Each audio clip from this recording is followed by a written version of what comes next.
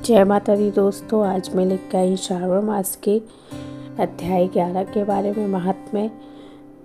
सनत कुमार बोलते, हे देव, श्रावण मास के वारों के सभी व्रतों को मैंने आपसे सुना, किंतु आपके वचनाव्रत का पान करके मेरी तृप्ति नहीं हो रही है। प्रभु, श्रावण के समान अन्य कोई भी मास नहीं है, ऐसा मुझे प्रतीत होता है, अतः आप तिथियों का महात्म्य बताइए। ईश्वर बोले, हे सनत कुमार, मासों में कार्तिक मास श्रेष्ठ है, उसी में श्रेष्ठ माघ मास को कहा जाता है। उस माघ से भी श्रेष्ठ वैशाख है, उससे भी श्रेष्ठ मार्गशीर्ष है, जो श्री हरि को अत्यंत प्रिय है। विश्व रूप भगवान से उत्पन्न होने से ये चारों मास मुझे प्रिय हैं, किंतु 12 मासों में श्रावण तो साक्षात शिव का रूप है। हे सनत कुमार, श्रावण मास में सभी तिथियों व्रत युक्त है, फिर भी मैं उनमें प्रधान रूप से कुछ उत्तम तिथियों को आपको बता रहा हूँ। सर्वप्रथम मैं तिथि तथा वारों से मिश्रित व्रत आपको बताता हूँ। श्रावण मास में जब प्रतिपदा तिथि पे सोमवार हो तो उस महीने में 5 सोमवार पड़ते हैं। उस श्रावण मास में मनुष्यों को रोटक नामक व्रत करना चाहिए। यह रोटक नामक व्रत 3.5 महीने का होता है। यह लक्ष्मी जी की वृद्धि करने वाला तथा सभी मनोरथों की सिद्धि करने वाला होता है। हे मुने, मैं उसका विधान बताऊंगा, आप सावधान होकर सुनिए। श्रावण मास के शुक्ल पक्ष में प्रतिपदा तिथि को जब सोमवार हो, तब विद्वान प्रातः काल यह संकल्प करें, मैं आज से आरंभ करके रोटक व्रत करूंगा। हे श्रेष्ठ, मुझ पर कृपा कीजिए। उसके बाद अखंडित बिलपत्रों, तुलसी दलों, नीलोत्पल, कमल पुष्पों, कहलवार पुष्पों, चंपा मालती के पुष्पों, गोविंद पुष्पों, आग के पुष्पों तथा ऋतु तथा काल में होने वाले नानाविध तथा सुंदर पुष्पों, धूप दीप नैवेद्य तथा नाना प्रकार के फलों से शूलधारी महादेव के प्रतिदिन पूजा करनी चाहिए। विशेष रूप से रोटक का प्रधान नैवेद्य अर्पित करना चाहिए। पुरुष के आहार प्रमाण के समान 5 रोटक बनाने चाहिए। बुद्धिमान को चाहिए कि उनमें से 2 रोटक ब्राह्मणों को दे दे, 2 रोटक का स्वयं भोजन करे, 1 रोटक देवताओं को नैवेद्य के रूप में अर्पित करे। बुद्धिमान को चाहिए कि शेष पूजा करने के अंतर अर्घ्य प्रदान करे। केला, नारियल, जम्बीरी, नींबू, बीज पूरक, खजूर, ककड़ी, दाख, नारंगी, बिजोड़ा, नींबू, अखरोट, अनार तथा अन्य और भी जो ऋतु में होने वाले फल हैं, वो सब अग्रदान में प्रशस्त करे। उसे अर्थदान का फल सुनिए। 7 समुद्र सहित पृथ्वी का दान करके मनुष्य जो फल प्राप्त करता है, वही फल विधि विधान पूर्वक इस व्रत को करके पा जाता है। विपुल धन की इच्छा रखने वाले यह व्रत 5 वर्ष तक रखना चाहिए। इसके बाद रोटक नामक व्रत को उद्यापन कर देना चाहिए। उद्यापन करने के लिए सोने तथा चांदी की 2 रोटक बनाए। प्रथम दिन अधिवासन करके प्रातः काल शिव मंत्रों के द्वारा घृत तथा उत्तम बिलपत्रों से हवन करें। हे तात, इस विधि से व्रत के संपन्न होते हैं, हवन करें। हे तात, इस संपन्न होने पे मनुष्य सभी वांछित फलों को प्राप्त कर लेता है। हे सनत कुमार, अब मैं द्वितीया के शुभ व्रत का वर्णन करूंगा, जिसे श्रद्धापूर्वक करके मनुष्य लक्ष्मीवान तथा पुत्रवान हो जाता है। औदंबुर नामक यह व्रत पाप का नाश करने वाला है। शुभ सावन का महीना आने पे द्वितीया तिथि को प्रातः काल संकल्प करके बुद्धिमान को विधि पूर्वक व्रत करना चाहिए।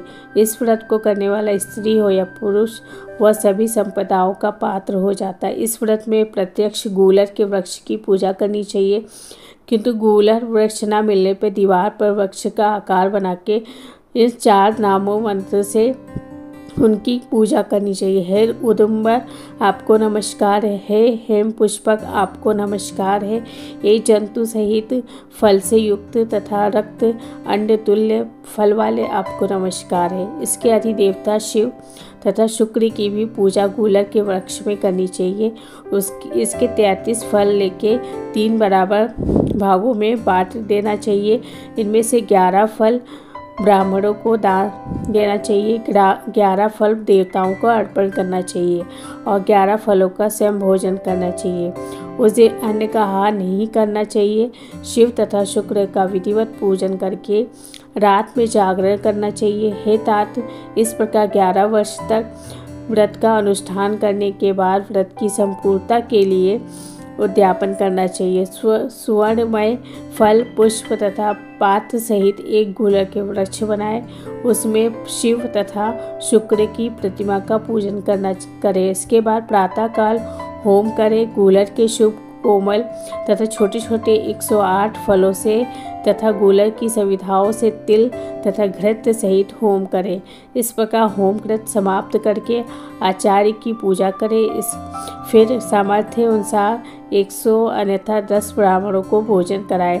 हे वत्स, इस प्रकार व्रत किए जाने पर जो फल होता है उसे सुनिए। जिस प्रकार गूलर का वृक्ष बहुत जंतु युक्त फलों वाला होता है, उसी प्रकार व्रत करता भी अनेक पुत्रों वाला होता है। इसके वंश में वृद्धि होती है। यह व्रत करने वाले सुवर्णमय पुष्पों से युक्त वृक्ष की भांति लक्ष्मीप्रद हो जाता है। हे सनत कुमार, आज तक मैंने किसी को भी यह व्रत नहीं बताया था। गोपनीय से भी गोपनीय इस व्रत को मैंने आपके समक्ष कहा है। इसके विषय में संशय नहीं करना चाहिए और भक्तिपूर्वक इस व्रत का आचरण करना चाहिए। इस प्रकार श्री स्कंद कुमार पुराण के अंतर्गत श्रावण मास का ये 11 अध्याय पूर्ण हुआ। अब 12 अध्याय श्रावण मास के महात्म्य का 12 अध्याय प्रारंभ करती हूँ। ईश्वर बोले, हे ब्रह्मपुत्र, अब मैं स्वर्ग गौरी का शुभ व्रत कहूँगा।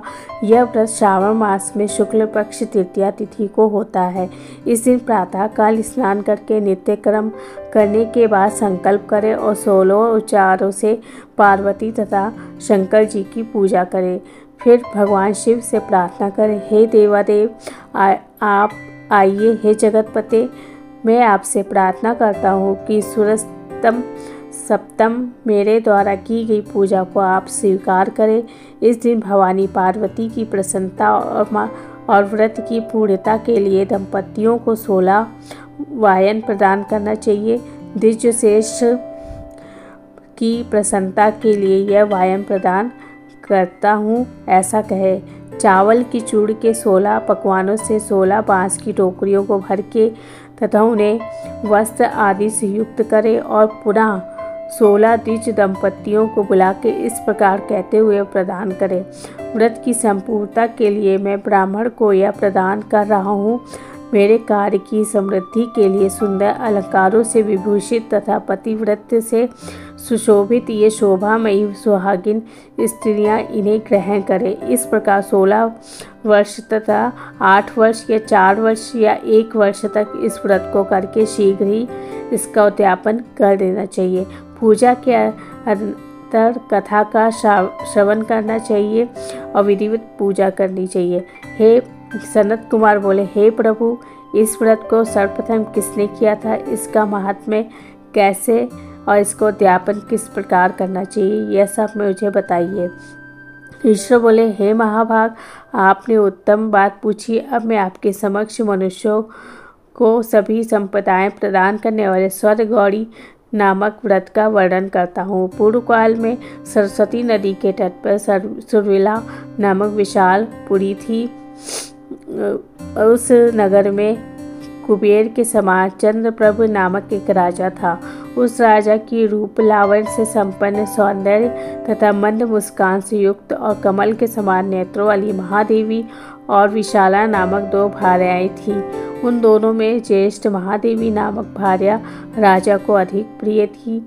आखेट करने से आसक्त मन वाले राजा किसी समय वन में गए और सिंहों, शार्दूलों, सुकरों, वन्य भैंसों तथा हाथियों को मार के प्यास से आकुल होकर इस घोर वन में इधर उधर भ्रमण करने लगे।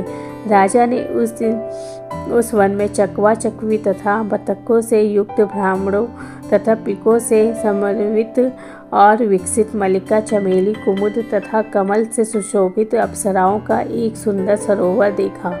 उस सरोवर के तट पर आकर उसका जल पी के राजा ने भक्ति पूर्वक गौरी का पूजन करती हुई अप्सराओं को देख के तब कमल के समान नेत्रों वाले राजा ने उनसे पूछा, आप लोग यह क्या कर रही हैं? इस पर उन सब ने कहा, हम लोग स्वर्ग गौरी की उत्तम व्रत कर रही हैं। यह व्रत मनुष्यों के सभी संपदाएं प्रदान करने वाला है।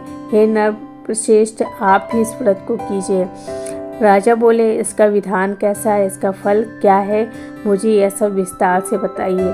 तब वे सारी स्त्रियां बताने लगी, हे राजन, यह स्वर गौरी नामक व्रत श्रावण मास की शुक्ल पक्ष की तृतीया को किया जाता है। इस व्रत में भक्ति पूर्वक अत्यंत प्रसन्नता के साथ पार्वती तथा शिव की पूजा करनी चाहिए।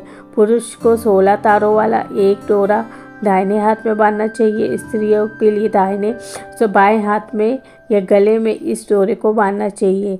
यह सब सुनने के बाद संयत चित्त वाले राजा ने भी इस व्रत को संपन्न करके 16 धागों से एक डोरे को अपने दाएं हाथ में बांध लिया।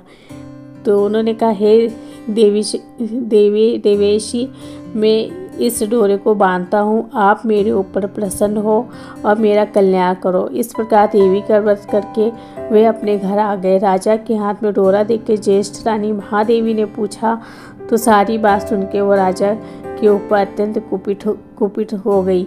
ऐसा मत करो, राजा ने कहा। लेकिन रानी ने उस डोरे को तोड़ के बाहर एक सूखे पेड़ के ऊपर फेंक दिया।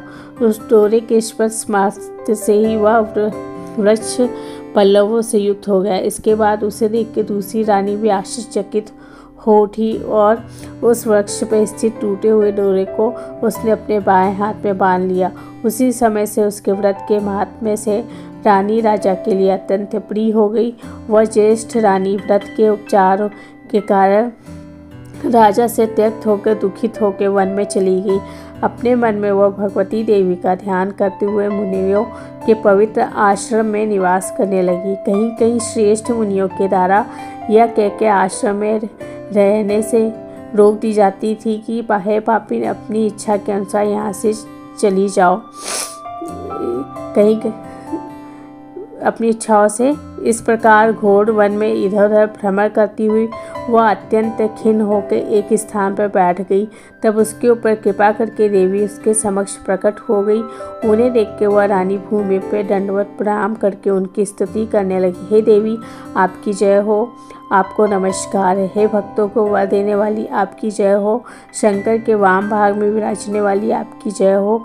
हे मंगले, आपकी जय हो। तब देवी की भक्ति के द्वारा वरदान प्राप्त करके और उन गौरी की अर्चना करके उसने जो व्रत किया उसके प्रभाव से रानी के पति उसे घर ले आए। उसके बाद देवी की कृपा से उसकी सभी कामनाएं पूर्ण हो गई और राजा सभी समृद्धियों से संपन्न होकर उन दोनों के साथ पूर्ण रूप से राज करने लगे। अंत में राजा ने उन दोनों रानियों से ही शिवपद को प्राप्त किया। जो स्वर गौरी के उत्तम व्रत को करता है वह मेरा तथा गौरी का अत्यंत प्रिय होता है और विपुल लक्ष्मी प्राप्त करके तथा भूलोक में शत्रु समूह को पराजित कर शिव जी के विशुद्ध लोक को जाता है। हे सनत कुमार, अब आप दत्तचित्त होकर इस व्रत के उद्यापन की विधि सुनिए। चंद्रमा तथा तारा बल से युक्त शुभ तिथि तथा शुभ वार में एक मंडप बना के उसके मध्य में अष्टदल कमल के ऊपर धान्य रख के उस पर एक कुंभ स्थापित करें। पुनः उसके ऊपर 16 पल प्रमाण बना के एक तिल पूरित ताम्र पूर्ण पात्र रखे, उस पर शिव पार्वती की 2 प्रतिमाएं स्थापित करें। शिव जी की प्रतिमा श्वेत वर्ण की और 2 वस्त्रों तथा शुक्ल वर्ण के यज्ञों पवित्र से सुशोभित हो। इसके बाद वेदोक्तों मंत्रों से विधि पूर्वक उनकी प्रतिष्ठा करें। भली भांति पूजा करके रात्रि में जागरण करें। इसके अनंतर प्रातः काल पूजा करने के बाद होम करें। सर्वप्रथम ग्रह होम करके प्रधान होम करें। हवन के लिए यव मिश्रित तिल घृत से पूर्ण रूप से सशक्त होना चाहिए। 1000 अथवा 100 आहुति डालनी चाहिए। फिर वस्त्र अलंकार तथा गौ के द्वारा आचार्य की पूजा करनी चाहिए। वायन प्रदान करो। उसके बाद ब्राह्मणों को भोजन कराओ। साथ ही 16 दंपतियों को भी भोजन कराइए। अपने द्रव्य सामर्थ्य के अनुसार उन्हें भूसी दक्षिणा देनी चाहिए। अंत में हर्षोल्लास के युक्त होकर बंधुजनों के साथ स्वयं भोजन कर लेना चाहिए। इस प्रकार स्कंद श्री स्कंद पुराण के अंतर्गत ये 12वां अध्याय संपूर्ण हुआ। दोस्तों, ये मेरा वीडियो पसंद आता है तो मेरे चैनल को लाइक शेयर सब्सक्राइब कर लीजिए। मिलते हैं नेक्स्ट वीडियो में, तब तक के लिए धन्यवाद।